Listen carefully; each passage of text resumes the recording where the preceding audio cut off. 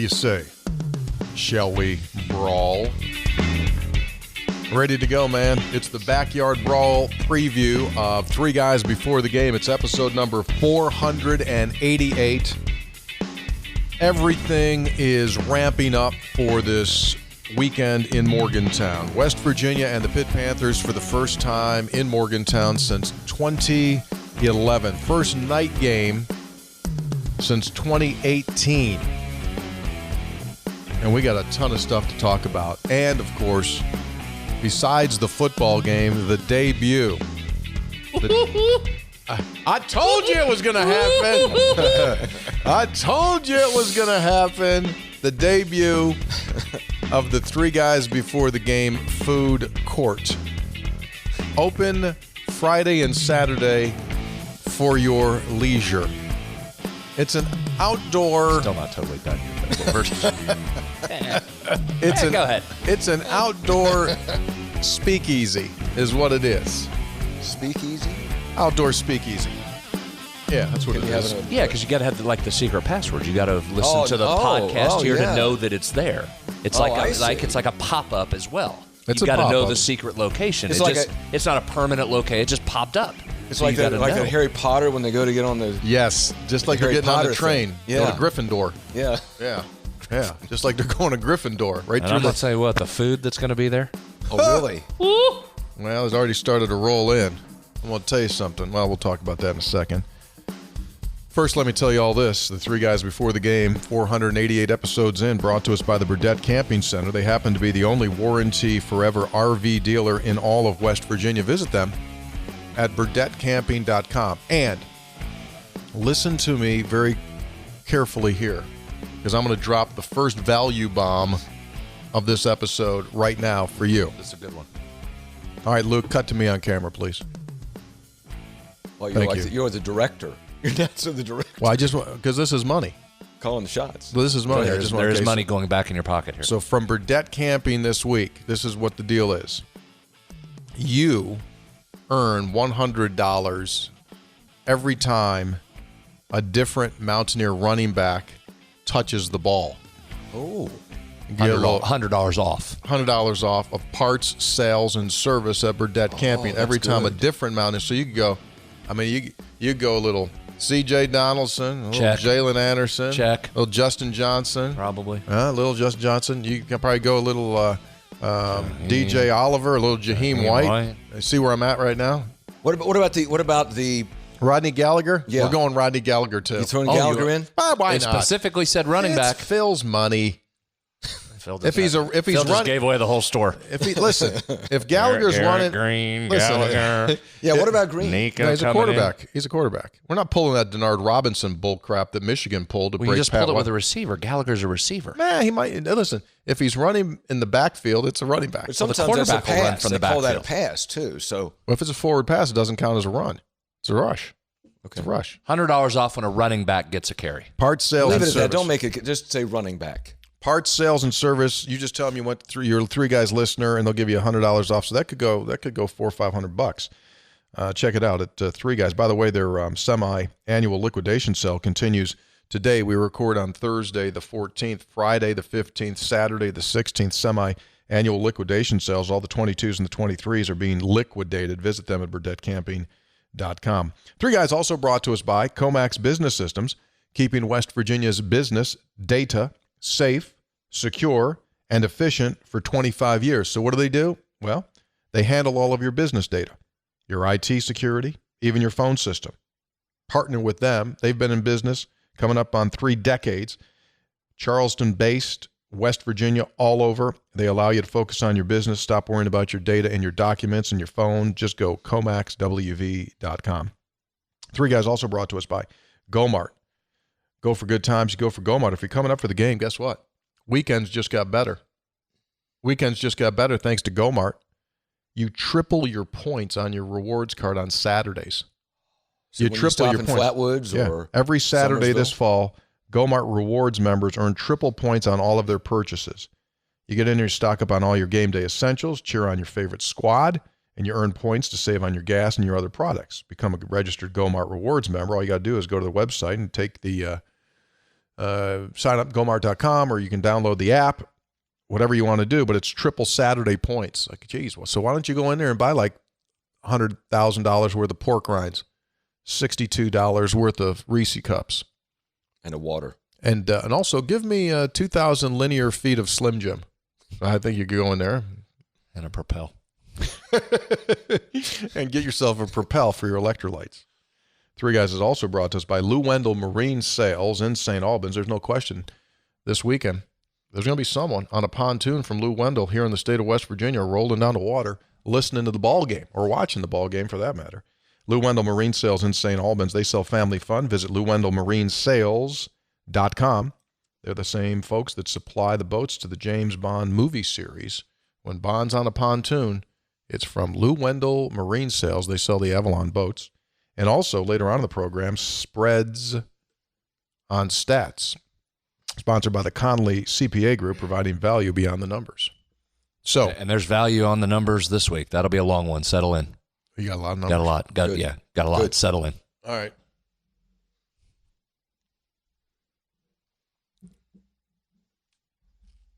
Ready to go. So you might be wondering, if you're watching here on the YouTubes, like, Live. Huh? Live. What is all this stuff here? What is all this stuff here, you're maybe wondering? So this is a lemonade, which delicious. is really large. I mean, so here's my hand. I got a big hand and a fast hand, but a big hand. I mean, that's a big lemonade. I can't get my hand around it, right? So it's a big lemonade. We also have popcorn, white cheddar, white chocolate, and Oreo, and the peanut butter has already been assassinated. So here's what we're doing, folks. I'll give you the skinny, and we're going to get into the game in a second. Well, that's not all the lemonade, because you gave a regular lemonade. I've got a strawberry banana. We're a strawberry banana lemonade. And a spicy magnolia.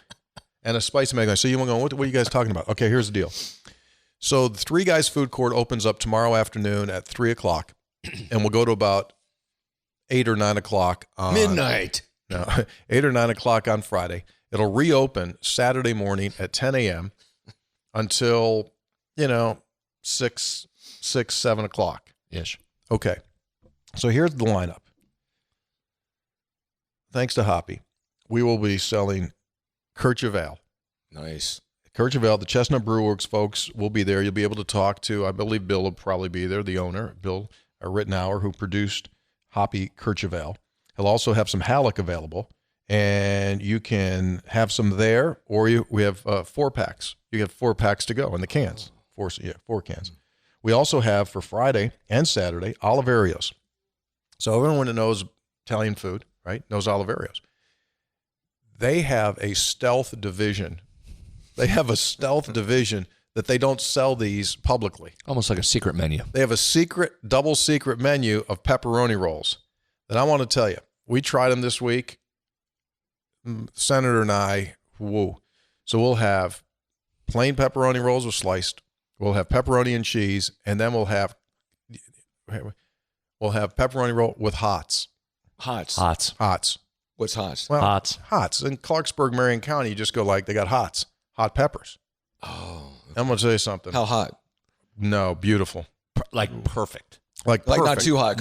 You get a little bit, it lingers there a little bit, but it's not like you can't eat it. It's truly the perfect amount of hots. Yeah. Excellent. Good. Also there Friday and Saturday, these are the folks that brought us this. This is a great story. And in all seriousness, all the BS that we do on this show, in all seriousness, what we're trying to do is we're trying to highlight businesses and honoring folks that do business in the state of West Virginia. And that's what we're trying to do. So let me tell you about this. There's a company called It's Tardy Time, Tardy, Tardy Time. See, it's a double play there. You're tardy on time, Tardy Time. They do these unbelievable homemade lemonades and drinks and popcorn, multiple flavors of the lemonade and popcorn, and we just talked about. And Brad was hitting the Reese's popcorn today, good old-fashioned lemonade for Hoppy. Who they are is this, two recent WVU grads who said, guess what? We're going to stay here and we're going to hustle, and we're going to build this company. And Cassidy's originally from Princeton. Brett's from Petersburg. And they'll be there selling their stuff. So obviously not everyone's going to drink Kirchhoff Ale. And we got that. Then on Saturday, this is how we're going to help. This is how you can help. On Saturday, our boy, Reverend Kevin Kane, a.k.a. Rev Kev, and his barbecue tent will be there. Oh, man. So this is what they're doing. They are cooking brisket, pulled pork, and pulled chicken. Okay. You can buy it. You can buy it by the pound. Brisket's 20, pork's 15, chicken's 10. You can just say, I need whatever. Or you can buy tacos, flour or corn shell, and they'll make them right there for you. They're $5 each, and they'll have 3 different ways you can make them. Okay, then they'll just wrap them in foil. You can say, hey, give me 10 of them. Okay, 10, you're out, you're gone. They're $5 each. But here's the deal. All of the money from Rev Kev's Barbecue goes to the lunchbox program at Skyview Elementary here in Morgantown. And that costs the Source, which is Kevin's outreach church organization. They give those kids 3,500 calories of food every weekend when they go home. 3,500 calories.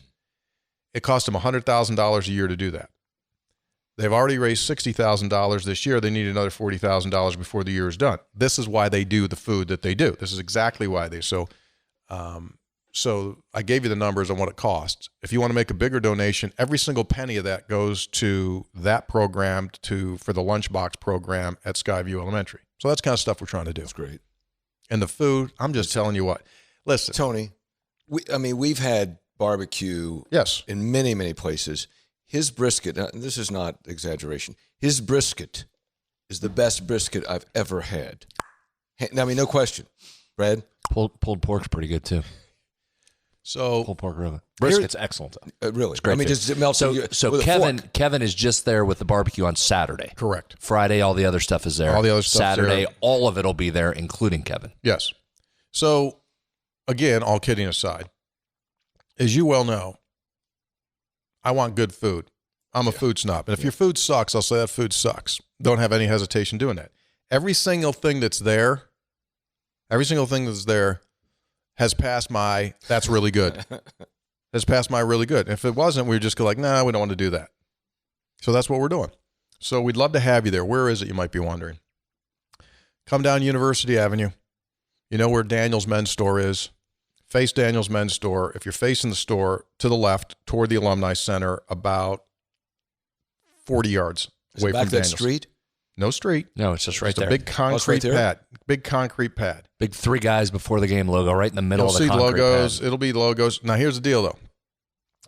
Park your car somewhere else. I don't care where you park. Cheat Lake, Fairmont, Randolph County. Blue lot and walkover. Blue lot walkover. It's a walkover is what it is. Yeah. It's a walkover. So wherever you are, go park your car, come in there, and just hang out. Coliseum. If you're walking down on the Coliseum, just turn up there, come see us. Maximum capacity is 140 people. So, I don't know if we're going to get 10 people. I don't know if we're going to get 40 people. I don't know if we're going to get 400 people. I don't know what it is. We're just like anything else. We're flying by the seat of our pants. But I'll just tell you this. The food is going to be excellent. A+. Yeah. Now, Courchevel probably tastes pretty good, too. Oh, yeah. Yeah. Be nice. We're going to host a Sportsline from the area there tomorrow night as well. Oh. What time are you going over, by the way? Me? Yeah. Oh, I don't know. You think you might be able to come over, though? A lot of people are asking. Oh, we'll see. It's unbelievable. I think you had committed earlier. Unbelievable. A show or so ago, you might have committed. Anyway. Ah, boy, what am I going to do, man? I'm trying. You know, so we'll be there. We hope we see you. It's 3 guys. Yeah. It's not 2 guys. It's 3 guys. I mean, we'll be there Friday and Saturday. Team, Hoppy, team. Together, everyone accomplishes more. Team. There's no I in team. No. There is a me, though. There is the M and the E. Yeah, that's true, too. We'd love to have you there. Again, I don't know what's going to happen. We're going to have fun. I'll tell you this. We can have fun, just the 3 of us, or we could have fun with you. So, you want to have fun? Let's go have fun. We'll hang out. Have a big time. You ready to do some stuff on Duquesne and West Virginia? Let's go, Duquesne. Oh, wow. I hope that the Mountaineers are not still stuck on that Duquesne They're game. not. They're ready to go. Strong Let's go. chance that strong chance that they're not. They checked out probably mid third quarter on that one. Strong chance that they're not. Let's talk about the Backyard Brawl, West Virginia and Pitt. You said you got a lot of this? Yeah, but let Hoppy give his opening statement first. You haven't given an opening statement. Mr. Kirchville, if you would, the floor is yours. A gentleman from the Eastern Panhandle, the great state of West Virginia. Thank you, Your Honor. This is quite simply the biggest game in Neil Brown's coaching history. Oh, you jumped right into in his coaching career. I think it's his 9th year, the years at Troy and now at West Virginia. And this game in and of itself, we know that his job is on the line. This game in and of itself does not determine whether he keeps his job or loses his job, but it does start the arc. Okay, it's pivotal in beginning the arc toward whatever the outcome is going to be. If he wins this game, if West Virginia wins this game, say, okay, you beat your rival. You get back what happened last year. You got some momentum heading into another home game.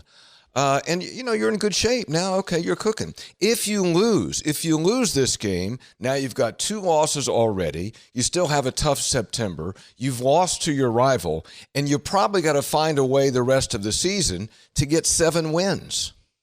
So, quite simply, and there have been bigger games in Mountaineer football history, clearly. There have been bigger Pitt games in Mountaineer football history. We'll name some today. But in terms of Neil Brown and where this program is today, it's the biggest game. Couldn't agree with you more. Spot on. And the white cheddar is freaking unbelievable. You just hammered the whole thing. Save some there. Nobody else has got in on that. Just ate the whole thing. It was really good. Next 2 weeks are huge. I've said it all along. You can't get These to 3 Texas games Tech are huge without this one, but these next 2 weeks really start to define this season a little bit, change the narrative potentially around this season if you can find wins. And you're right that this is massive. This is also massive for the fan base, Hop. Yes. We all know what happened the last time Pitt was here. It's hard to believe, or last time they won here, what game that was. Yeah. It's hard to believe it's been that long since there's been a game in here. What is it, 2011? Last time Pitt was here. Mm-hmm. Last time they won here, that 07 game. So this is massive, not just for Neil Brown, this football program, but for a fan base. For a fan base that loves this rivalry and likes to play this game and had a wonderful atmosphere last year up in Pitt, and so many Mountaineer fans were there. Now you get them on your home turf. Now there's a little revenge angle to this. So I'm with you. This is a massive game for 2 teams trying to figure out what they are. I think now if you want to go onto the field a little bit here and off the macro, these 2 teams are both saying, what are we? Who are our guys? Right. What do we need to do to win? And Pitt's situation, they need to bounce back from a disappointing performance for them last week. Can I go macro before we jump into the X's and O's? To both of your points. By human nature, we all demand value when we make an investment. And that includes fans. And so fans have been priming themselves for this game for a long time. Pitt's coming. So it is a tremendous emotional investment that fans are making for this game. Now that is going to have a payoff one way or the other. The payoff could be plus. You win that game, everyone feels different, everyone seems different, everything seems different, right? If it doesn't happen, you'll get the opposite result. Everyone will take one more big step back. And so it is an extremely volatile result. Right. One way or the other. It could be a massive catalyst, a booster shot, and everyone goes, hey, we are heading in the right direction.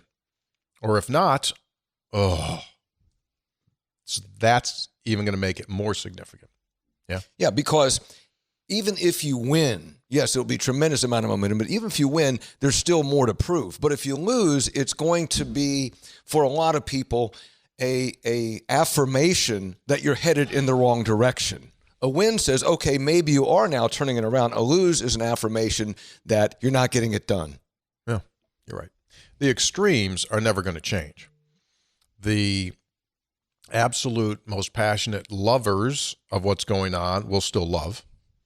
The absolute haters that hate will still hate regardless. You win or lose, they're still going to hate. But it's the middle that's going to swing here. It's the pendulum of where that middle is that can make more people go to one side or the other. It's also locker room related, right? And I thought this staff really did a good job last year in the face of some adversity of keeping that locker room together. You saw those wins late in the season. That's hard to do. That's hard to do what they did at the end of the season. Credit those guys in that locker room for being able to do that. But that's also what this narrative affects as well. Those players hear the outside noise. So I think it's important from a moving forward standpoint from the players, play well, get a win, and then you can be, if you're Neil Brown, you stand up and you continue to say, great, just keep doing what you're doing. We told you, put in the work, it's going to turn into results. That's what I think this is about too. The work turning into results. You need to see that on Saturday. And look where Pitt is. Pitt lost that game to Cincinnati. They were favored to win. So and they're one of the 6 teams, as you pointed out to me, Tony, playing 2 Power 5 teams in the non-conference schedule. This is gigantic for them, too. Huge. Sure. I mean, to play a rival, are you going to lose 2 in a row? It's going to be to a rival. And then they didn't play well against Cincinnati. So No, you're right. You're absolutely right. You know, they had the hometown kid come back, and Phil Jurkovic, their quarterback, did not play well. No. He chastised the fans for booing him and the team. And so this is real tenuous on their part as well. And, you know, they drop a couple early on, you know, they could become, you know, extinguished pretty early in their season. So it's huge. So it's college football. This is what this should be. You should have a ton on the line all the time you play. You ready to do your thing? Let's go. That lemonade's really good. Oh, delicious. I'm going to get a drink of one, and let's go play the music. We might have had a Kirchhoff in here, but that would not be permitted on work premises. It's not? I don't think. Oh, man. You've been breaking that rule? Been violating that employee handbook. Do it. I said, do it. So I checked the numbers. We'll just go right to the numbers. Here comes a heater. Let's jump into That's right, baby. Analytics portion. Time for Spreads on Stats, brought to us by the Conley CPA Group, providing value beyond the numbers. What do? They complete and provide anything you need in the world of public accounting and consulting. They've served clients since 1985. They're West Virginia born and bred, pride themselves in doing more than just numbers. They prepare a return or accounting balances. They will give you the guidance that you need. And Lord knows, we all need guidance when it comes to this stuff. Like, exactly what should I do here? Hey, yeah, they'll go like, okay, this is the best way to do that. Audit and assurance, tax planning preparation, consulting and advisory. And they'll also outsource accounting and CFO services. Visit the Conley CPA Group. The Conley CPA Group. Good dudes. All right, you ready? You got me hyped up here. Oh, you're going glasses. Glasses on. Here we go. Let's go. Let's get into this. We got a lot of stuff here. Let's move. Let's go. Big game. Stop talking. You ready? Here we go. I wasn't saying anything. Here we go. Starting with a couple things. I got a bunch of them. Can I chime in? No, you can't. So just hang on. All right. First of all, we talked all offseason about the success of the passing game, didn't we, Hoppy? Yes. Big topic.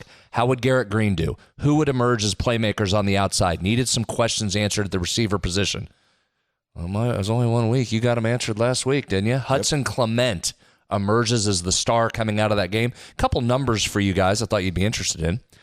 Did you know Hudson Clement leads the nation in yards per reception? 35.7 per reception. Nation, I said, not Big 12. Leads the nation. Wonder Kid. Yards per reception. 35 yards per reception. I bet number 2 is 15 yards behind that. The stat that you and Hoppy can't seem to grasp, yards receiving per route run. Hudson also leads all of the nation's wide receivers in that category. 2 is really good. 2 receiving yards per route run. He's at 8.05. That's for receivers with 20 or more snaps this year. Sick. So anyway, point being, small sample size, obviously. Opponent adjusted because of Duquesne, but Hudson Clement emerged for 1 week as a massive option. Can that continue? And listen, chances he's not going to have 177 this week are pretty good. Yeah. But he doesn't need to. Just become a reliable second or third receiving threat, along with Devin Carter that you know, Cole Taylor emerging. You need another receiver. Can Clement be that guy? And a guy that the opposing team has to prepare for. Good point. You have to account for him. Yes. Last week he was on no scouting report. Right. This week they go like, okay, 84. You better watch 84. Garrett. We talk so much about him, and I'm going to keep doing this as long as this holds true because I'm sure people were tired of me talking about he's got to be good with the ball and limit turnovers in the offseason. Right, Hop? Did we talk about that? Yes. No interceptions or fumbles, for that matter, for Garrett Green through the first 2 games. Excellent. Deep ball, as we talked on last Sunday's podcast, was about as good as you'll see in that game against the Dukes. And more to the point with that, it could have been against air, guys. Where he was dropping those deep balls were absolutely fantastic. That wasn't just guys fell down. Now, the first Hudson Clement one was the coverage busted and he hit him deep. Those other ones, including some drops, were right smack on the money. And to me, that's important because now Pitt's going to look at that and it's not going to be, yeah, he had some big plays, but those were busts. Those were lucky throws. They're going to have to say, okay, kid can throw it deep here. We're going to have to protect against the deep ball. That's a critical move. Here's some numbers to back up how good he's been early. Garrett leads the Big 12 in Pro Football Focus grade on deep passes 20 yards or more. Let me say that again. Leads the Big 12 in Pro Football Focus grade on deep passes. That's pretty good. Again, small sample size, I get it. He's 3rd in the Big 12 in adjusted completion percentage on deep passes. So again, numbers to back up what your eyes saw. He was very good last week with that. His grade, 94.9 on those passes. That's 7th nationally. So you got some guys, again, if Garrett's not going to finish 7th nationally in deep passes, I wouldn't think. If he can stay up there and just be effective enough to back that defense off, to try and lighten the box a little bit so those safeties can't fly down, now you're starting to move a little bit. All right, so that's one. That's the West Virginia side. You're off to a really good start. Don't you think he's doing well, Hop? He's on it. He's rolling. Excuse me, let me get a drink of strawberry banana. What's this, tardy time? Yeah, tardy time. This the Conley Group sponsorship really has taken your game to the next level, I think. Now he's playing for money. Yeah. Is what he's doing. All right. Couple more. Let's go to the Pitt side for a minute. Talk about the Pitt offensive line. This is going to be a critical component. Hoppy, stay with me here. You ready? Yeah, I'm ready. Cincinnati lived in the backfield last week and had constant pressure on Phil Jurkovic. 6 sacks, 15 hurries, hit him 21 times. That's a pretty good day for the Cincinnati defensive line. Yeah. Which, side note, Hoppy, make a little note. May have underestimated Cincinnati. Their defense looked. My takeaway there wasn't Pitt struggles. It was like Cincinnati. We watched some film and went, "Oh my God!" But also look at these guys. Yeah, I mean, but you do have to factor in that Pitt offensive line, which by Pat Narduzzi's own admission made at least 25 errors in pass protection. So they were bad in pass protection. They were bad in protection all day. Thank you. Some of that was the Cincinnati defense. A lot of that was the Cincinnati defense. And that's the question is, can West Virginia, even if it can't get to that level that Cincinnati showed, how close can it get? Here's the parts to watch. Right guard for Pitt, B.J. Williams, was a true freshman. He had an 8 pass blocking grade against Cincinnati. Excuse me? 8 on a scale of 1 to 100. 8. He allowed 5 hurries. He only has a 54 grade on the season through 2 games. Our first game was against Wofford. I bet you he's not there Saturday. They don't put him back out there, I bet you. The other right guard list that's played snaps there is Jason Collier. He has a 51 grade. He started in week 1. On their depth chart, he is the backup left guard this week. B.J. Williams still listed as the starting right guard.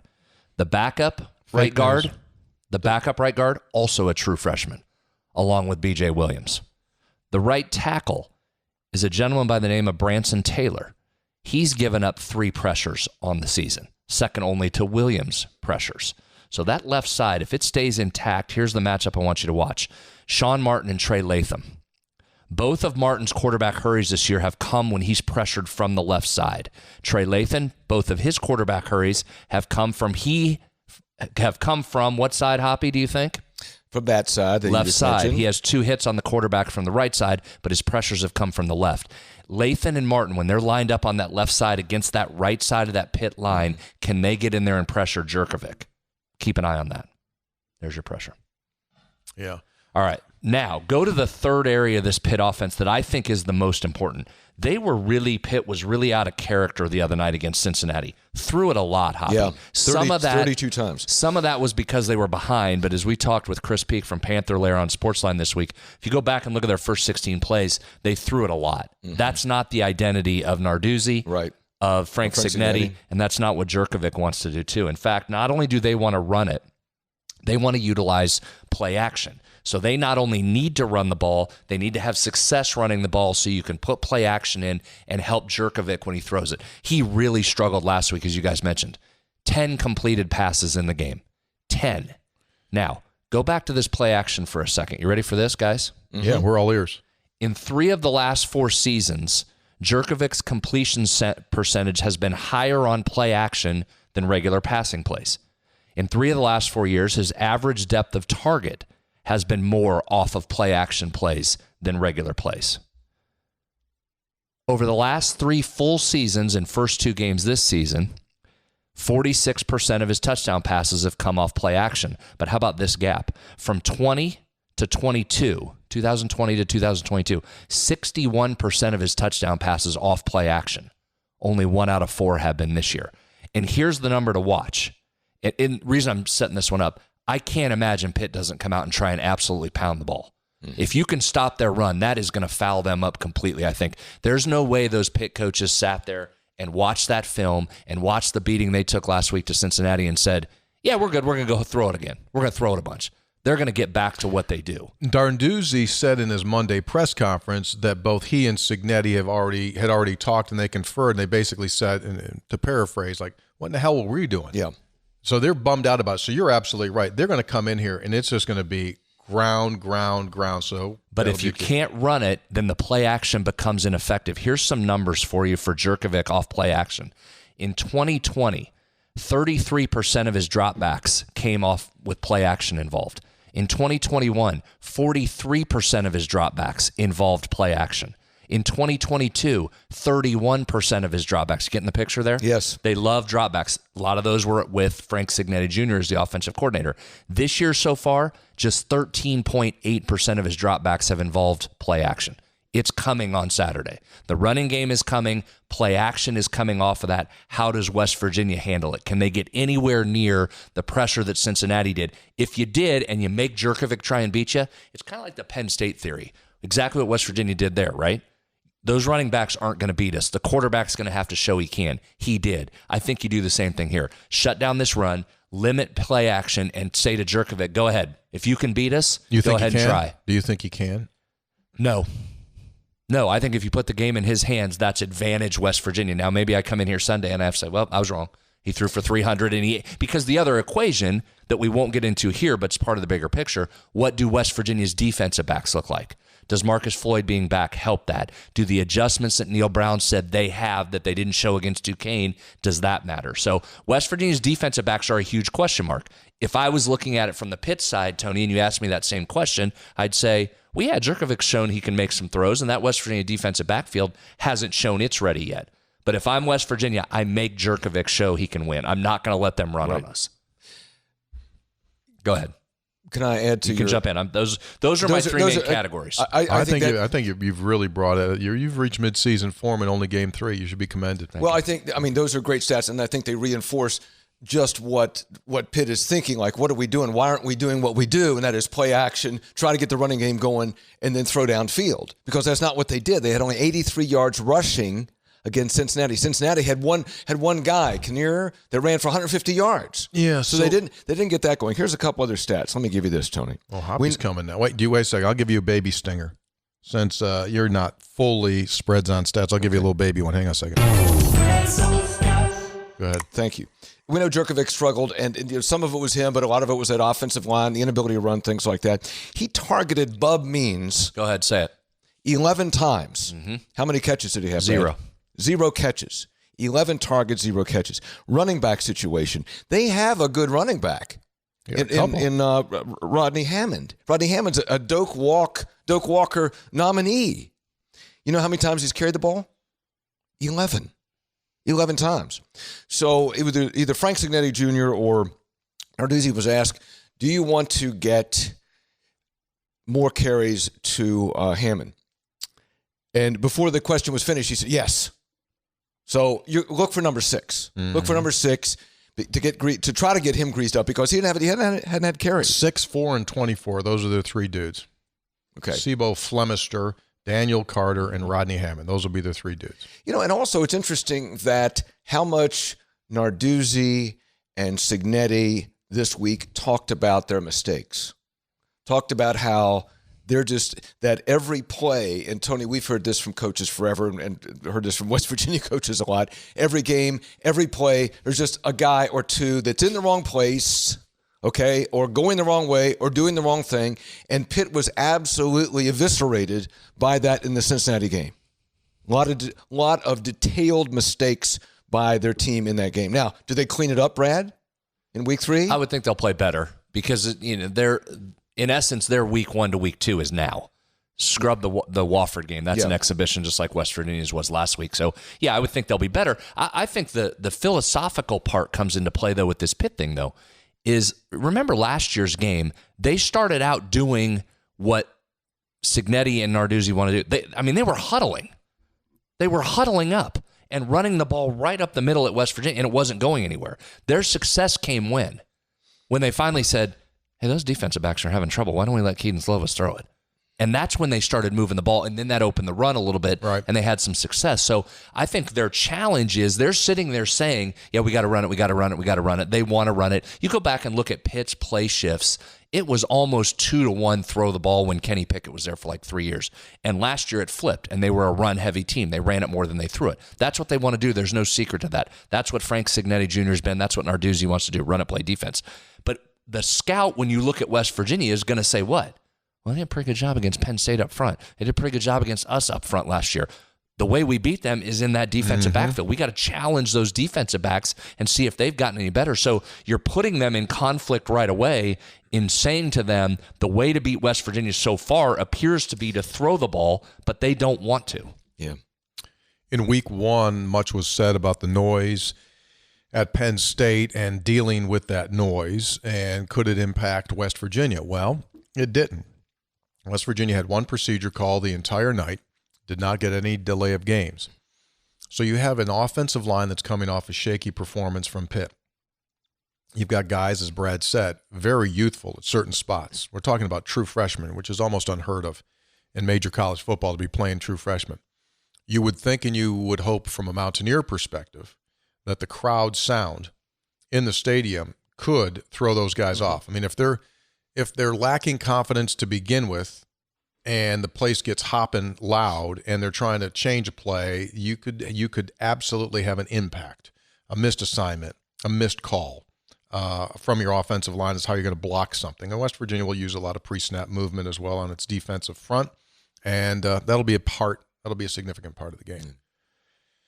Well, I think you should be commended. I think both you guys brought some stuff there. Very nicely done. The Conley CPA Group brings us Spreads on Stats. Conley CPA Group, providing value beyond the numbers. Visit them at the Conley CPA Group. You want another number real quick? Well, sure. Bonus number? Yeah. This line's moved quite a bit. Excuse me? Line has moved quite a bit. Really? What's going on there? Started Pitt -2. Pitt favored. Mm-hmm. Flipped, got all the way over kind of last night and this morning, moved into West Virginia favored territory. Then right before we came on the air today, noonish on Thursday, thing went to -3. These are all on DraftKings, by the way. Whoa, that's a big number. -3. Wait, say that again? Yeah. So ultimately, the move has been, since when it opened earlier this week, -2, Pitt favored by 2, all the way to West Virginia favored by 3. By the time we started recording this. That's a big move. It's a big move. There's a couple of... Reason? A couple of respected people with some money came in. Like the early home dog, right? Like the early on the home dog. Like the early home dog. Hey, Senator, how much? And Azor's a short favorite. How much money literally has to come in to move a number like that? I don't know. Is that millions? No. And it all depends. Sometimes, as those guys will tell you, sometimes it's not even about total dollar amounts. It's about who's placing the bet. How about that? So if it's somebody that comes in that you know they are that person or a representative of that person. What do you mean by representative? Well, some people don't bet in person. They have representatives that go in and place the bet for them. Because if the book sees the actual person coming, then they know can change the number even quicker. Yeah. And those people may want to get down at multiple books before word gets out that so-and-so's made a bet here. So sometimes it's not about total dollar figures. It's about who's placing the bet. So the sharps are on West Virginia now. Or some are, and that's also a misnomer phrase probably, because there's going to be sharp people, respected bettors on both sides of this. A lot of those college games you'll get pros on each side of this that have different opinions. But as of right now, that's been maybe a better way to say that. is there's been a couple of moves made in West Virginia's favor. That appears to be the early side. Doesn't mean that side's going to win, but that appears to be the early side based on the line movement. Gotcha. You ready to do some of this other stuff? Sure. Hit it! There's a lot of text. It's time for Textual Healing, where you bring us your thoughts, your concerns, your worries, your anxiousness. Textual Healing is brought to us by episode800.com. Episode800.com, where you can get gear, coffees, hydraulic jacks. Episode800.com also strongly advocating for you to visit the Three Guys Food Court if you're coming into Morgantown for this weekend's game. Love to see you there. Boy, that food's going to be good. Real good. That'll be a whole pacing situation. That'll be a pacing situation there. Got to pace. All right, ready to do this thing. This is from Textual Healing. Scope spreads hoppy. I was in Winnipeg on business over the weekend. Decided to go to the Winnipeg Blue Bombers and Saskatchewan Roughriders football game. CFL football's different. Big field, huge end zone, bigger football, 12 players, offensive backs running all over the place before the snap. Anyway, I looked at the Roughriders roster, and who was at the top? Mario Alford, kick return specialist. Got lots of tries. Winnipeg won 51-6. Always a West Virginia connection, no matter where you go. Beat Pitt, Paul, and Fincastle, Virginia. Always. Yeah, Mario Alford can return a kick. Take a little Mario Alford right now. He could burn, too. He could stretch the defense.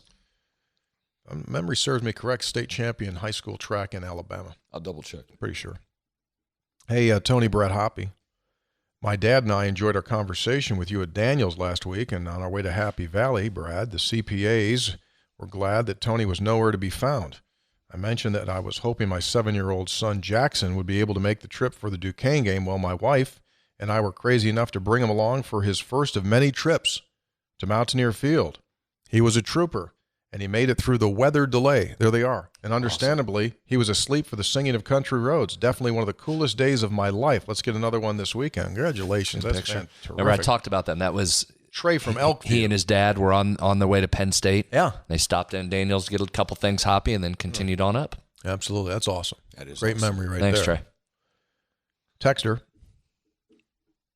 Texter. Good morning. Three guys, long story short, which is difficult for me. Last 43 years, our family, Johnny O's, have gone to opening day. Yesterday was no different, except my sister was in a walking cast due to a ruptured Achilles tendon. Oy. We made the walk from the light blue lot over to our seats in 127. After the first hour into the delay, she was wore out. We decided to call it a night. Driving out of Morgantown, we thought about Kircheville. Stopped at Ashbrook, jackpot. Snagged our sons, Brian in Arizona, via Weirden, and Adam in Weirden, both P1 listeners, 3 cases. Oh, wow. We're now up for Mother of the Year. Thanks to Owen and Cole for loading up the truck, pouring it in the rain. Donna in Weirden, that's Johnny O's. Oh, there it is. Yeah. Thanks, Donna. Good job. Oh, nice. Took 3 cases home with him, Hoppy. Mario Alford probably doesn't unpack. He has been with the Bengals, the Jets, the Browns, the Bears, the Argonauts, the Alouettes, and the Rough Riders since 2015. Still playing. Still in the game. Keep going. That's really Donna, good. That's good work. Congratulations. There should be plenty in the marketplace. Bill pop some more out there. Oh, Chestnut, well, fully distributed. It'll be at the food court. It will. Hoppy and Tony's comments were excellent. If God is a Mountaineer fan, he sure has put us through some trials recently. No one has seen more interworkings of the football program than Tony. If he says that winning the next 3 at home is a must, then I must take him literally. There you go. Texter. Hey, fellas, my very first time getting textual, and no need for healing, as I know the boys in the gold and blue are going to get the dub by 2 TDs against the Pitters. I just want to text in for the first time after driving by Tony out in front of old Milan Puskar Stadium, as it looked like he was cutting a promo video. I know I had made the blooper reel as I yelled out, "Sir, I love 3 guys before the game," out of his window. He replied, "Sir, you are a great American." That truly made my day. I thought I saw a bald eagle fly overhead, too. The show's amazing. Can't wait to see episode 800 plus. My name is Dre Hodges, mechanical engineering senior at the university. I'm from Fairmont. I've been watching your show since I was a freshman in 19. Brad, I love the analysis that you bring to each show. As a fellow numbers guy, I catch myself quoting you a lot whenever I talk Mountaineer sports. Hop is the glue that holds everything together, and it is hilarious.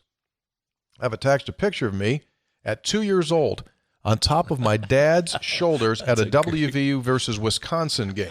That's awesome. Look at that. I hope to recreate this with my son someday and to be amazing of a dad as he is. Also, I've attached a picture of my girlfriend, Amira, and I at last year's West Virginia-Pittsburgh game. Tough ending, but I know they ain't ready for Motown. Thanks again, fellas, and if you can hook up a broke college student with some swag, that would be crazy. There you go. Dre. Look, he's giving you horns down while in Heinz Field. Yeah, we were taping. Get a flag on that. We were recording something in front of the stadium, and he drove by, and he screamed out there, 3 guys. Cool. Yeah, I thought it was nice. Dre, thanks, man. You're the guy. In high school, Mario Alford high jumped 6 foot 2 inches, 10.7 in the 100-meter, and 22.3 in the 200-meter. Pretty good. Yeah, I'll get it done. I think it's good. Charlie from Midlothian, scope spreads, and handkerchief truncated.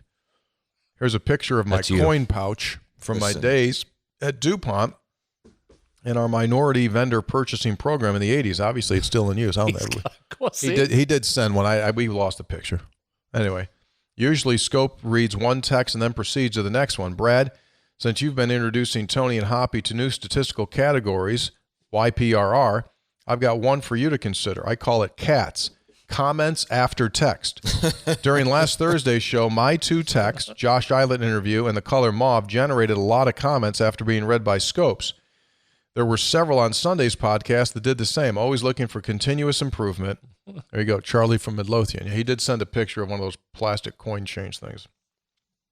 Yeah. By the way. What do you got there? Well, I was shamed earlier this week by both of you. You for germs, Brad, and Tony just because he was doing a Tony thing, like said I was a railroad guy or something. So today I brought tissues. You just brought your own box of tissues. Yeah. Your red handkerchief has caused a flurry of text activity. Texter, Nick Malone's tremendous block in the Duquesne game had me out of my seat cheering for him as he pushed his opponent down the field. It was reminiscent of the movie Blind Side. The frustrated official felt a penalty was necessary and called it excessive blocking. Congratulations again to Nick on his aggressive blocking technique. Go Mountaineers. Our buddy, John S. Marshall, St. Clairsville, Ohio. Texter, Tony, I can't understand how you can simultaneously fear the money that SMU has access to, yet you still want the Mountaineers to be in the top level of college football once alignment settles down.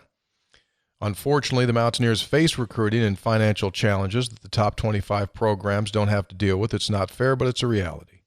There's no shame at being at a level of college football that includes Pitt, Maryland, Tech, Kentucky, NC State, Virginia, maybe Tennessee if they're smart.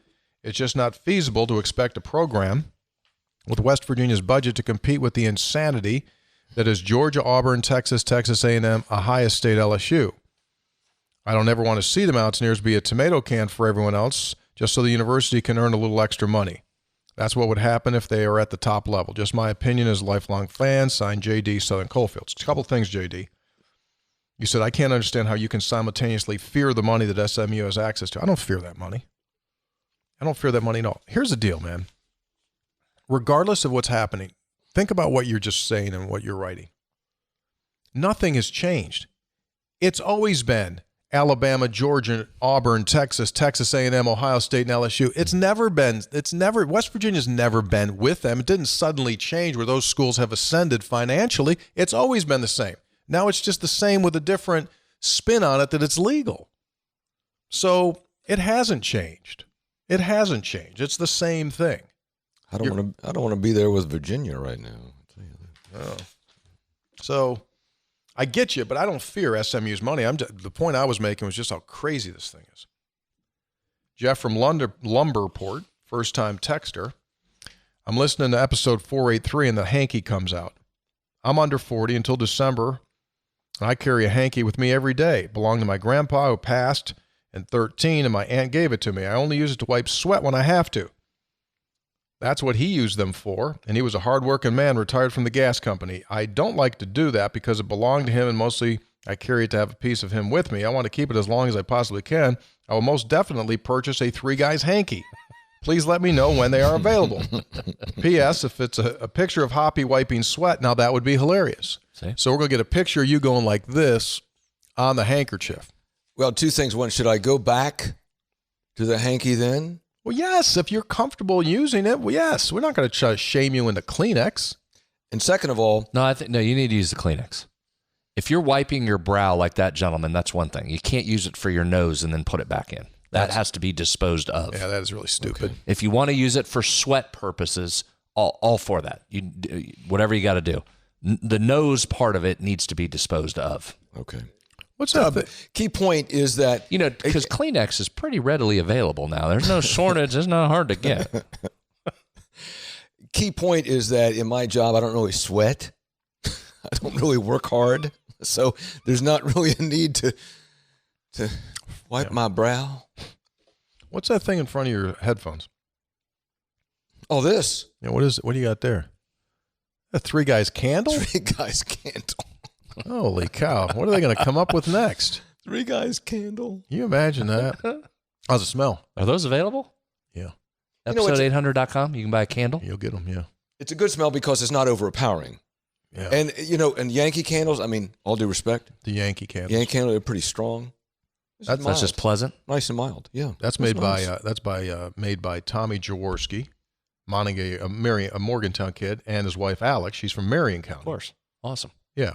Three Guys candle. You can buy those. Yeah. They're available. Really nice. Why wouldn't you want we need to, you know what, we need a separate podcast just as a shopping channel.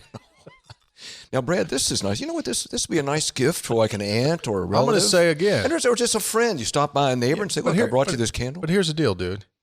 Here's the deal. All the stuff's good. We're not putting anything that's bad out there. So I feel good about it. Okay. Here's a poem about Pitt Week, signed by the Bearded Ear. It's Pitt Week, and we know what they can eat. Their loss to Cincy really turns up the heat. Saturday is more than just a game. Has WV turned the corner, or is it more of the same? If we lose, Neil needs a panic room where he can retreat. There you go. Texter. This is Kayla from outside of Princeton, West Virginia. Three Guys, I love the show. My dad and I have been pretty faithful Mountaineer fans for a long time. My dad has made a few trips to Morgantown to see a few games, but I've yet to make it up there. Between school, college, career, and healthcare, COVID, becoming a mother of two small, beautiful children, I haven't had the opportunity to go. However, my birthday is this Saturday, 16th of September. My parents surprised me with tickets to watch the Brawl. Nice. I'm so excited. Nothing would make me a better birthday present than to get to see the Mountaineers beat Pitt in person. That'd be great. Awesome. That's your first game? First. That's great. That's a good start. My question is, what's the one thing I must see, do, eat, experience while I'm there? I want to make the most of my first trip to Milan Puskar Stadium, or is it just being there going to be the experience enough? P.S. I love that everyone sends in photos now, so here's a pic of my two favorite little Mountaineer fans. Oh. There you go. Awesome. Look at that. Nice. Awesome. So what was the one thing you must see, do, eat, experience while you're there? Probably the Three Guys food court. That's one. I would think. Number two, and she doesn't have any control over this, it's the greatest tradition in college sports. With a win, the country roads after the game. Still my favorite part. Yeah. She has no control. Got to stay till the end. Hope there's a win. And that stadium it'll be electric before, hopefully during if West Virginia's rolling. Afterwards, singing country roads in that environment with a win over Pitt. That'll be awesome if that happens. That'll be a fun environment. Yes. That was my favorite thing. Also make sure. I used to have a rule there, Hop, when I worked there. What's that? When we'd win the game, wouldn't talk to anybody during country roads. Couldn't talk in our box. No talking. Listen. That's good. We're going to listen and sing. Enjoy it. Enjoy the Best moment. part. Yeah, I love that. Enjoy the moment because you know why? You don't know when those moments are going to come. Hard to get. Enjoy it. Yeah. Well done. Go ahead, Tom. Now we have conflicting information on whether it was 2016 or 2018 for the last game. Now I'm being told the 18 Oklahoma game was a nighttime game Friday. It was a Friday, not a Saturday. That was a Black Friday? So, no, I got it, Hoppy. It's our boy. Okay. It's our boy that knows. So, anyway, it was a Friday. So, this will be the first Saturday night since 60. Texter. Was that the game where... That ridiculous call on blocking out of bounds. It was back and forth. Kyler Murray, Will Greer, back and forth, back and forth. And what's the name called a touchdown pass late for Oklahoma? I have that right. Remember that blocking penalty out of bounds on West Virginia negated a big run, cost them the game. Massive. One of the worst calls in the history of sports. Yep. In the history? Bad. Yeah, have you seen it called since? We watch a ton of games every Saturday. Have you looked up and said, hey, look, they flagged that guy. He's blocking too far out of bounds. You seen that? Never. Seen it since? Never. Seen it in an NFL game? No. Nope. Haven't seen it. Texter, Benny in the Bay Area writes, Pitt coming in favored. I hope by the time this text is read, the line moves toward the world champion Mountaineers. This week seems like a great time to remind everyone what Morgantown under the lights is meant to be. A nearly impossible place to play, a top 15 environment in the sport. Beat Pitt. And big shout out, WVU legend JT Daniels for taking down the Fighting Danas. I love the show and hope everyone's having fun out there this week. I'll be with y'all from the new Big 12 country out here on the West Coast. Benny in the Bay Area. True that, Benny. Texter, 3 guys, I love the show over here in Eastern Panhandle. Very proud of Hudson Clement. Should be. His performance Saturday got us thinking. Are Hudson and Stedman the only Mountaineers to have 3 TD receptions in one half of football? Also, to answer the question as to whether Hudson can perform against better competition, here's a play he made when Martinsburg went to Highland Springs in 21. Their defensive backfield had 3 that went on to play at Oklahoma, BC, and Tech.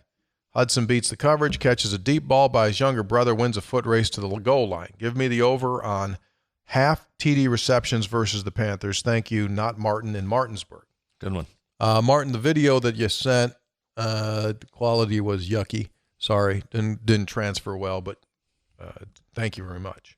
We watched him in high school. No, he made a ton of Kirchville, ton of plays. Hudson Clement? Ton of plays in high school. Texter, hey guys, I just listened to the Duquesne recap. You all mentioned adding a hoppy hanky on episode800.com, but I feel like you're missing the obvious by not calling it a handkerchief. Done. Efforting. Handkerchief. Efforting now. Great, Ryan. Dude, you got your name with the beer, your name with the handkerchief. Ryan from Ashford, thank you very much. On that.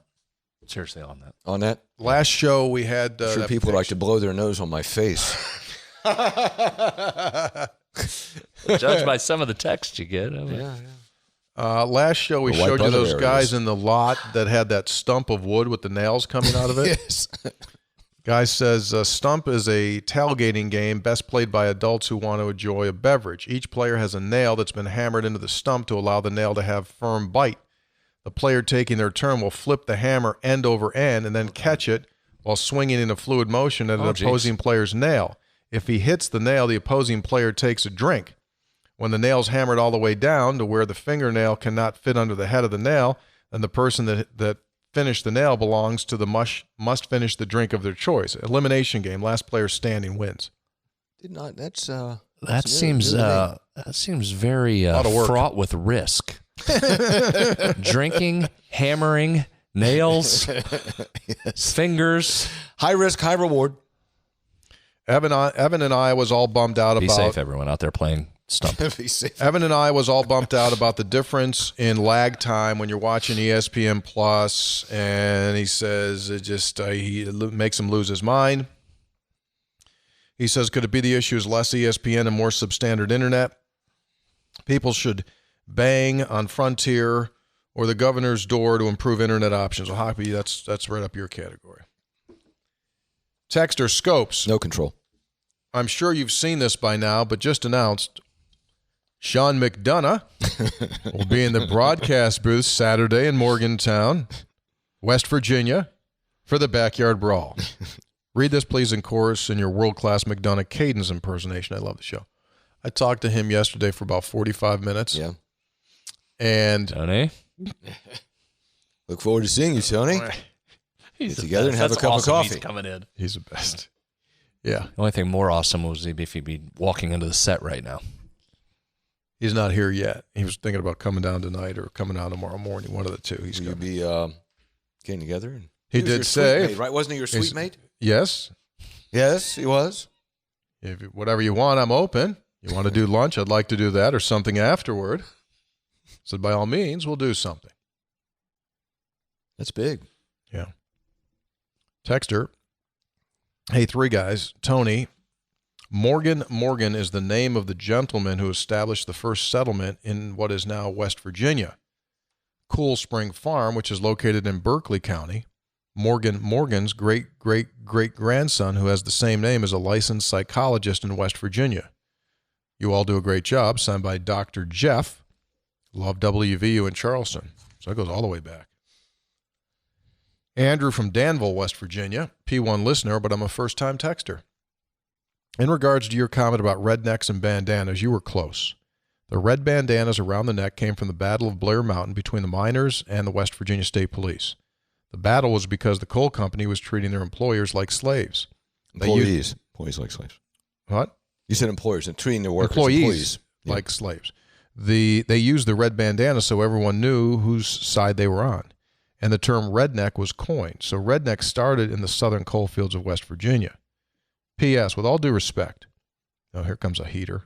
If you really want to earn the nickname Scopes, then I'm offering you an opportunity to hunt actual, real wild boar in southern West Virginia. Uh-oh. These are not fenced-in swine that you hunted at that park. Uh-oh. These are real wild animals that will charge you at any given moment. And on our way to hunt, we can stop at the Battle of Blair Mountain Monument that's erected right in the Boone County, Logan County line on Route 17. This invitation is yours. Tony, when I was on my sabbatical, I saw a lot of wild boar, but it's so ingrained in my head. Every time I saw them, I thought about you. Were they upright or were they sleeping? Upright and moving. You couldn't get very close. They were warthogs. Is that what they call those there? Is that what it was? No, they call it. They were boar? I think they just call them wild boar. I don't know why, but recently on some of the things I get into rabbit holes on, I'm seeing a lot of this wild animal stuff. I hate those frickin' hyenas. Seriously. I've seen a lot of hyenas lately too. If I could just kill hyenas all day long, I would kill hyenas all day long. Because they're just the biggest bags of crap that there are. You got these poor, they'll gang up on a lion. They'll gang up on, I hate that. Seen The Lion King? I just don't like it. I don't like it. So I would go. The hyenas were the bad guys. I saw it. I would just love to They're always the bad guys. Did you see hyenas? Yeah. A couple. Hate them. Just want to blow them up. Trouble? They were looking for trouble to get into. They're shifty little things too. They're shifty. Well, it's circle of life. I mean, they play a role. I mean, they're amazing. Hate them. I did hear, and they talk about a laughing hyena, but I did one night. I mean, I heard them. It's it's chilling. I would imagine. When you hear them make that noise at night, you think, better go check the lock on this. They don't go over to the elephant boneyard over there. Yeah, really. Simba. So can you kill them there? Is that like in West Virginia? What's that animal you can kill all the time? Coyotes. You can kill as many coyotes as you want in West Virginia. You can just have at it. I wonder if over there in the Serengeti, you can just start blowing. We were in a giant national park. Oh. Thousands of acres of this national park, so you can't go in there and start killing stuff. Yeah. Anyway, three guys. I moved to Princeton 51 years ago this fall to start my senior year in high school. Recently celebrated our 50th class reunion. What that means is I've had a 51-year love affair with all things Mountaineers, even while living in 6 different states. My West Virginia experiences taught me many wonderful life lessons, including respect, care, compassion for folks young and old, plus many other things. It's some of those lessons that leads me to this. The old gold and blue, with a little white mixed in, has allowed our teams to be displayed in some great-looking uniforms over the years. Since the first game, the guy down in Houston brought out our mighty Mountaineers in that dingy gray. It has not sat well with me. So I will make this offer to the uniform equipment managers. If they would, pack those up, send them to me here in South Carolina. I will use all care, compassion, respect, while burning them in my next burn pile coming soon this fall. Jeez. Keep up the great work as I watch every episode, signed by John in York, South Carolina. And there he is. That's where he wants to burn the gray uniforms that they wore last weekend. Brad documented the legitimacy of the gray uniforms. Give me the Reader's Digest. They're not my favorite set either, but they are. That is a school color. Gray's a school color. Do you know that? Mm-mm. Yeah, you look up in the official brand guide, gray. There's 2 different kinds of gray that are school color. Mm-hmm. White is not. They wear white uniforms. What'd you think of him, Hoppy? Didn't like him. Yeah, me neither. Texter, I love your content. I watch frequently. You guys are informative and entertaining. I'm the type that can't get enough West Virginia sports. With so many wannabes out there, I was hoping that you could recommend a quality podcast that you respect and might even listen to from time to time. Not as an alternative, but as an addition. Keep up the great work. Signed by Brian from Savannah via Van, West Virginia. I'm a college football Inquirer guy with our past guests, Danny Wetzel, Pat Forty, and Ross Dellinger. That's who I would lean toward. Mine is the History Channel. Not Mountaineers, but they do like a half hour on some event in history. Fascinating. Learn a lot. Nothing to do with the Mountaineers. I just sucked this in and got a bunch of pulp. I had a congestion problem there. Bunch of pulp. This lemonade is good. Oh, my gosh. I was only going to have like a quarter of it. I'm almost down through the whole thing. Is there sugar? You think there's sugar? No. It has to be sugar. No. It's natural. Otherwise it'd be really, really It's tart. natural. Natural Well, I know lemonade. it's natural. That doesn't mean... I don't know. It's good. 3 guys, this is Wayne in Clarksburg. I'm thinking that I should either move to Waynesburg or change my name to Clark. I'm looking forward to the food court, but I'm getting Tavita Finale vibes. If it happens, will it be a cashless operation? Good question. My real question is regarding Neil Brown's playing time statement. Is there anyone that has shown flashes that they can step up in the secondary? Please give me some hope. Well, what are they going to do this week? I mean, you can't continue on this path in the defensive backfield. No, but you also don't have a ton of other options out there. I mean, the guys that are playing in the first 2 games were playing for a reason. The coaches thought that was the best option, right? So it's not like you can go to the free agent wire and pick a bunch of guys back. Now, Marcus Floyd supposedly coming back as part of that defensive backfield. Maybe he helps some, but at some point, guys are just going to have to be better, and that's a tough one. Well, guys, I don't know. You just got to be better. You just got to be better. 27, be better. Yeah, be better. So some of that's that. They did talk about some schematic stuff that they thought they were able to clean up from Penn State. They didn't want to put on film and show at Duquesne. Okay, at the end of the day, to me, this is not about schematics or explaining something different in practice. At some point, guys either have to be better or they're not, and if they're not, it's going to be a long year. Got a guard, Hoppy. So if they're not, and granted, I mean, they're playing for a reason, right? They're playing because they are the best available. But if it continues to be that bad, do you roll the dice and go, okay, yes, I'm going to play somebody else, even though they're not? Yes. You can't do insanity, right? We know.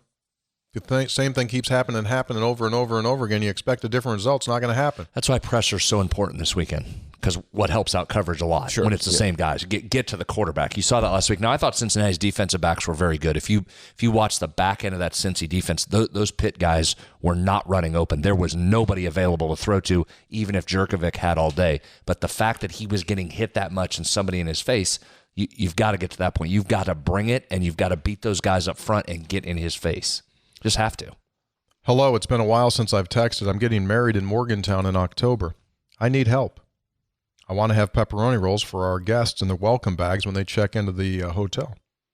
With all the talk recently about them, I thought, what better place could I come to ask for help?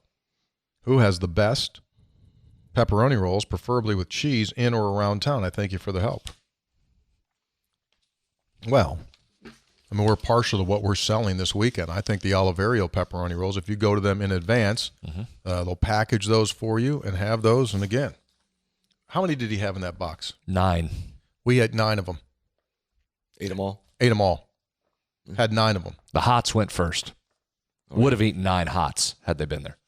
He gave us 3 hots, 3 plain pepperoni, 3 pepperoni and cheese. And Phil, really good. fine-looking Phil from over at Daniels, we were meeting over in his room. He kept coming by. He had a knife, and he'd cut a quarter and cut a quarter, and then walk by again and cut a quarter. He doesn't know. He had 5 of them. Like, Phil, you're faking yourself. You just ate 5 pepperoni. But every time there was a quarter left, guess who dove in? You. And him. Better be careful, because you get that pepperoni roll, then you go like handle a nice tie and go, oh my God. Sorry about the grease stain. Texter, Steve in Tennessee. I've been Those of us that work there know you just wash your hands after your food before you touch the nice merchandise. Oh, we met a buddy. When I went back to folding. Hey, we met a buddy of yours. Yeah, Rick Harvey. Rick Harvey. Went to school with you when you wrote in the DA. He knew your column was Hop Along Trails. Hop Along You. Same That's thing. okay. But same. Shout out, Rick. Been coaching football since '96. It's hard to tell people the importance of get-right games during the season. Games that you let you work on what you need to work on. You find some success. You play a lot of kids who work hard in practice. Everyone can celebrate. It builds morale. The thing is, you need 2 or 3 of those every year. But the last 6 years, West Virginia usually has 1. With all due respect to the old Big East, there were a couple of get-right teams on the schedule that allowed our guys to get rest and heal. I'm thinking of the new Big 12, Big 16, we might actually have a couple of those again, but we'll see if Neil can survive 2 or 3 more seasons until this thing finally lightens up. I hope so. But my guess is the next head coach will come in, look like the savior of a program, average 8-4 like Nealon and Rich, but really will be a result of an easier, historically normal WVU strength of schedule. You know, that strength of schedule thing, that schedule issue is one we've talked about a lot. And it's not going to be the easiest to resolve in the short term because of the commitments made. I mean, next year it's Penn State and Pitt, and unless something drastically changes with the Big Ten, Tony, you and I were talking about this. I mean, Penn State's going to come here, which the fans like, but it's going to be bad for the coaches. Then you have Alabama in a few years. So it eventually lightens up, but I mean you're in the thick of it right now. I mean you want to get back to where you were. You want to get with a rival, a MAC, and an FCS. Yes. MG in Morgantown writes, it seems that yards per route run is the early season leader for spread stat of the season. While I understood the stat, I couldn't figure out how Tony thought YPRR sounded like Scooby-Doo. Instead, I think it should be pronounced like Yeppers. I'm thinking like Michael Scott from The Office as seen in the clip above. And the reason I said rut row is because he said route run. That's what I was going on, route run.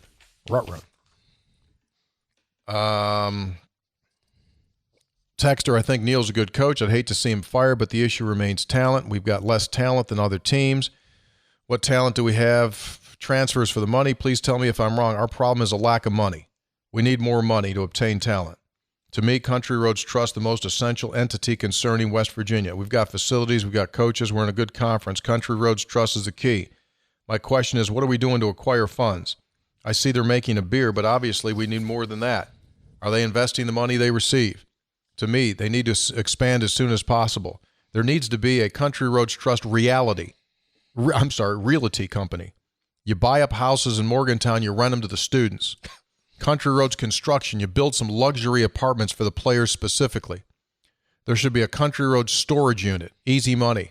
Country Roads sports betting. Country Roads needs to do anything and everything within the legal limits to generate cash. Are these dumb ideas, or is there something that they are investigating? Thank you for your time. Let's go. They're ideas, but you know what? They're probably marginally, even if they're successful, they're marginal producers. You know, Steve Martin had the old joke, how do you become a millionaire? First, get $1 million. I mean, what West Virginia needs is what all these trusts have that are successful, and that is people with large amounts of money who are willing to donate it. You know, you're not gonna have this gigantic trust by having bake sales or the equivalent of. It's about individuals with a lot of money who are willing to donate to it.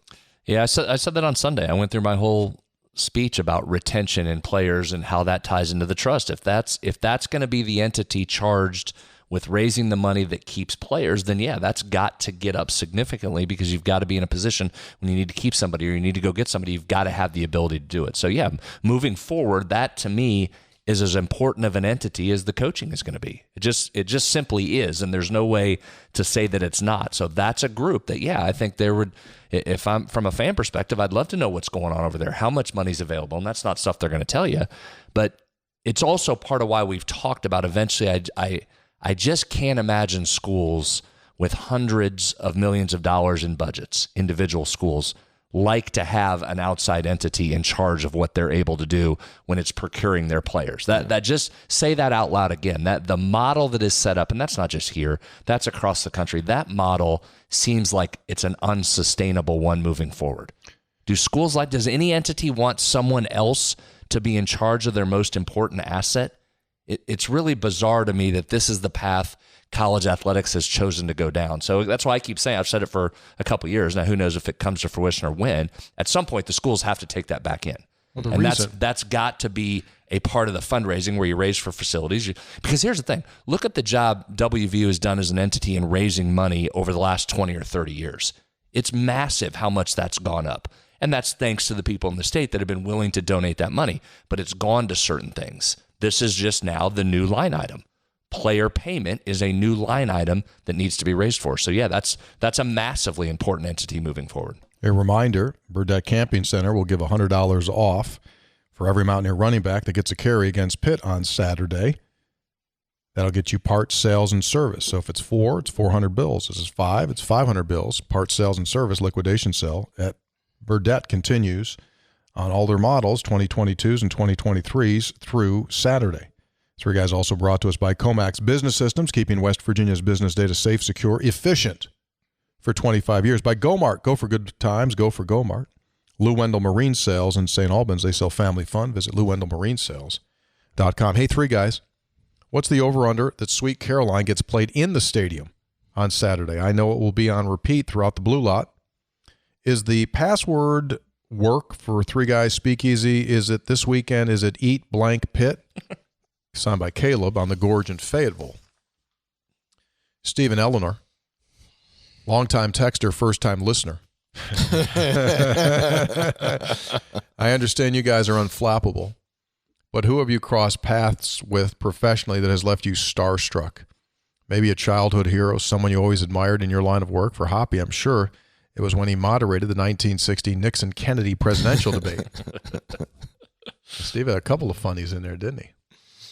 I don't know. Anyone ever make you go goo-goo, Hoppy? When I've been at some of the national conventions, I've seen people, that I've, like news people that I've watched. Yeah, certainly Larry King didn't when you attacked him in Vegas. I will tell you this. I forget which convention it was. And there's so many press people, they interview each other. So I saw Tom Brokaw walking up. Yeah, Tom Brokaw. This is today on NBC. So, and it was a quiet time. I went up to him and I introduced myself. I said, "Can I have 3 minutes with you?" And he said, "How about 2?" He negotiated you down right away? He did. That was a good Brokaw, too. Time for a station break. This is today on NBC. John from Oklahoma City, from one clown to you three clowns. Hello, I'd like you to take on this. The quarterback was quite hot about the boos they received in their loss, the Bearcats. Now that college players get paid, do you think they should be booed as pros are? Oh, interesting question. Very interesting question. Yeah. And I know, like, the Jerkovic was complaining about that, and Narduzzi was asked about it. He kind of blew it off, said, I don't think about that. I'm worried about the game. He just sort of blew it off. Yeah. I don't know. I would probably say no. I'm not a big boo the players guy at college level, but I know some are going to say that when they make money. I know fans are going to do that. It's impossible to police and control. I mean, it's not something I would personally do, but I know I get some do that. Oh, have you ever booed players? Me? Yeah. No. Texter Jordan from Houston, a P1 listener and previously a Pitt level texter. Two things. First, I'm contemplating whether Coach Prime could be, hopefully be the catalyst to change the equation around conference realignment, proving that TV ratings and money, not just about the best teams playing each other. People love rivalries and stories too, as Nebraska-Colorado had almost the same number of viewers as Texas-Bama. Curious to see how many tune into the brawl this weekend. There has to be a next generation of realignment that tilts back to the rivalries. What's the calculus that changes this? We know everything starts with money. Is the next Coach Prime an amazing story? Love your thoughts. Second, the Lone Star WVU alumni chapter is hosting a P1 tailgate before the Dana Bowl here in Houston. And please insert your Dana voice. Yeah, we've got the permits. Seriously, we would love you clowns and listeners to join us, Houston clowns, particularly if you bring a few Kerchevels. Let's go Mountaineers. Love what you do for me and the world champion Mountaineer Nation. So they're having a tailgate there. The Houston chapter. Got permits, too. Yeah. They got permits. Another one in here. Bob in Clarksburg said the first time the redneck was used was the Battle of Blair Mountain. Texter says, this is a bit long. Apologies. My dad got drafted in the Army during Vietnam. During his basic training, the guys from New York would always ask him, hey, chick, what street you grow up on? Assuming since he was Italian that he was from New York. My dad would explain to them, despite their bewilderment, that he was actually from West Virginia. They just couldn't believe there were Italians in West Virginia. I always laugh at that story. Growing up, I always assumed there was a ridiculously large contingent of Italians in West Virginia. My friends and people I know were all last named Marasola, Ciccolella, Picarillo, DeSantis, DiCarlo. Anyway, let's beat Pitt on Saturday. Signed by Professor Vinny Ciccarello. Strong Italian contingent. West Virginia Italians, Poles, yeah, Czechs, Slovaks. People that worked hard, yeah, and were looking for an opportunity. Worked in the coal mines, worked in the mills, worked in the glass factories. Blue-collar state, blue-collar town. Hello, always a West Virginia connection. I just got back from a week in South Dakota. My West Virginia hat I was wearing, and my shirts got noticed. Our bus driver, originally from Morgantown. Dinner hostess, originally from St. Albans. Her father from Cumberland, where I live now. A gentleman running a trading post across from the Corn Palace that used to work in Huntington, and a couple from St. Mary's. Many Let's Go Mountaineers shout-outs, and a nice hokey that worked in the gift shop in Mount Rushmore. Great trip, and I'm more excited to be at the Pitt game Saturday to watch us get a big win, signed by JR Cumberland. Come by the Three Guys food court when you're there. This is pretty wild here. Hey, Texter says, hey, Three Guys, this is the real Morgan in Morgantown. Since you have access to the facilities building, I'm curious if you've noticed any of the bulletin board material for this week's rivalry game. I imagine Neil took a literal page out of John Antonic's book for this one. Football's Grim Reaper eventually paid a visit to WVU in 1910 when quarterback Rudolph Monk was killed while playing a football game against Bethany College at Island Stadium in Wheeling. The Pitt coach, Joseph H. Thompson, issued a statement following Monk's death, quoting, "While we regret such things, it cannot influence the game one way or another. Monk should have never been allowed to play in the game at all. I was afraid when West Virginia played us a week ago that something of the kind would happen. Monk, while a fine fellow, a good student, and a good football player, was a man of small physique and weak in the lungs. He was not the kind of man to play football at all." There he is.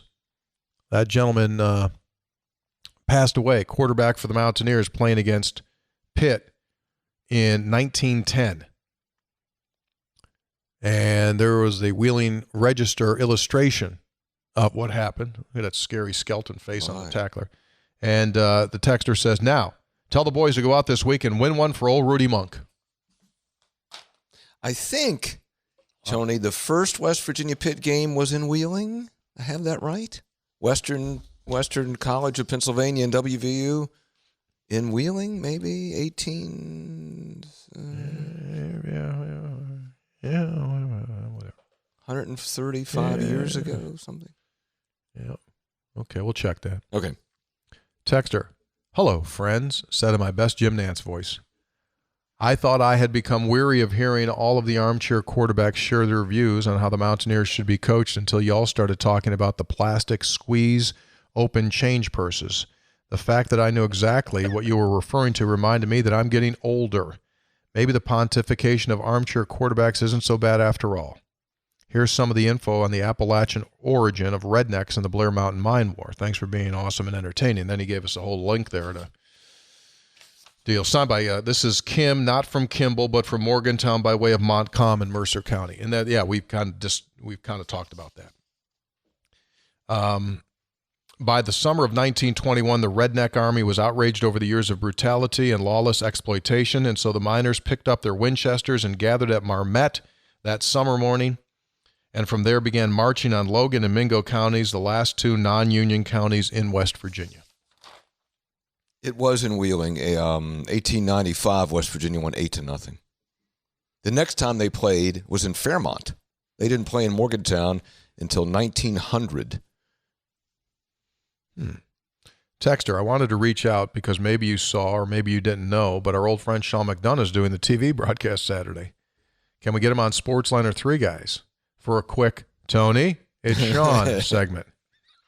I would love to hear his thoughts on our welcoming chant directed at the Panthers. I imagine it would be something like 60,000 plus dressed in gold and blue welcoming their friends from the north with the old Neil Diamond song.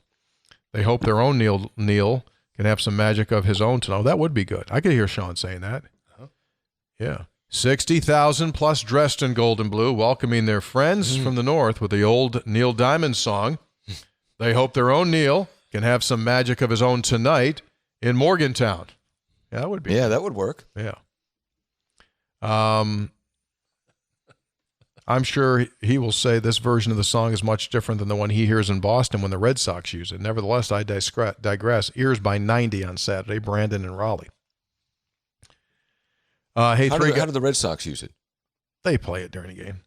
Hey, Three Guys, as a West Virginia studies teacher, I have to say that Tony's version of the red bandana is, in how it identified union miners from non-union, specifically during the March on Blair Mountain, is the version that I teach my kids. So I was way out ahead on that one, huh? Couple more. Hey, Scope spreads Hoppy to the third power. I keep hearing Pitt is the first true night game since 16. What disqualifies 18 Oklahoma? Well, it's because it's technical. Saturday was, Oklahoma was Friday, as we said. Saturday is this thing. Whatever. Tony, I'm super excited about going in for my first Backyard Brawl game. I'm excited to sing the WVU edition of Sweet Caroline, and I'm scared to miss it if I'm in the bathroom.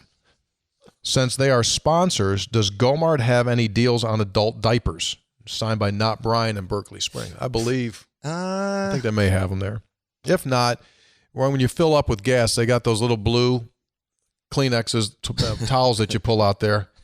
Bring a couple of those with you. Poor man's adult diapers. Poor man's Depends. Here's Hoppy efforting on CNN. Love the show. Long time later. Were you on CNN recently? A couple weeks ago, maybe a couple months. Texter, last weekend we learned. Minor celebrity indicted, I think is what it says. You look good there, huh? Where was that? Your Color house? your hair there? That had to be a while ago because I had more hair there, I think. Yeah, I don't know when that was. You look like Jason Garrett. Last weekend we learned from Neil that Chad Scott called the plays in the second half. He admitted in the past that he struggled with calling plays while handling all of his other duties as a head coach. Against the Dukes, our offense appeared more diverse and explosive with Scott calling the plays. Can we expect Mr. Scott calling the plays for the rest of the season? Signed from Rick in Parkersburg. No. Pat Narduzzi talked about that and referencing last year's game and prepping for this year because, Neil Brown's calling the plays now, so I have to be ready for something different. It's not going to be like last year. Yeah, and remember, the second half wasn't after the delay necessarily. That the break came earlier, so that I don't know if that's the case. It was more diverse and explosive. That's getting Chad some reps for a guy that's the offensive coordinator that someday will be calling plays. It was getting him some reps. I think we should do that from now on. Stop midway through the second quarter, then play the rest of the game. Especially if you start slow. Just unplug, plug the thing back in. No halftime. We're going. Here come the band texts. Texter, this game to me has the 93 Miami feel. Not that Pitt's Miami. Well, maybe Miami of Ohio, but the town's ready. You could feel it Monday morning. I think the crowd will somehow will this team to a win on Saturday. So my question is, will they have anything left next week for Tech? Also, will Brad have a place we can place some bets at the Three Guys food court? I picture him like a guy on the floor at the stock market taking down stock buys. You want Delaware State minus 15? You got it. 15. Delaware State, you got 15. What do you got? What are you going to bid? $25 bid? I'm going to go 15. 15. What are you going to bid now? I'm going to get you now. I got 20. Yeah, I think you could do that. Yeah. I'd like to see you running around with a big wad of cash in your hand, just waving it. Texter, hey guys, I've heard several people say this week's, Jesus, how many commercials? All right, 16, 18, whatever, night game, who cares? Anyway, boom, done. That was nice. Huh? That was a lot. Yeah, well, I told you it was a lot when we started. We had a lot. Good work, everyone. Here's the deal, man. Here's the dealioski. Food court open Friday and Saturday at right there next to Daniels, couple down from Daniels. You'll see it. 3 p.m. Friday, run to about 8 or 9. Saturday, 10 a.m.-ish, run to an hour or so before the game or when the food runs out. We got lights there. Is there anything doing it? That's a good question. Don't know. Because it's going to be dark like 8 o'clock. Solid point. I knew there was something that we forgot. But I'm just telling you this. If you go there and you get food, I guarantee you're going to go like, that was freaking good. Try the brisket. Yeah, it was good. Come say hi. Say hi. Love to see you. Hop, you going to be out there? Efforting. All right, we'd be done. Three Guys brought to us by the Burdette Camping Center. Visit BurdetteCamping.com. By Gomart, go for good times. Visit Gomart.com. By Comax Business Systems, ComaxWV.com. By Lou Wendell Marine Sales in St. Albans. Visit LouWendellMarineSales.com. And by the Conley CPA Group, providing value beyond the numbers. One more thing before we go. Yeah, what do you got? We did shout-outs. Did one earlier. Rick Harvey, saw him at Daniels. That was great. Also, my guy Camden. Camden. Here in Morgantown. Young listener to the show. How old? Doesn't miss. I don't know. He's young. How old and young? 5, 10, 15? Middle school. I like that. 13? Listens on his own. Has his own phone. Downloads his own. He's on it. He's at South, or where is he? Big Mountaineer guy. St. Francis? Where's he go? Where's he matriculate? I don't know. Saw him out and about in the community. Great dude.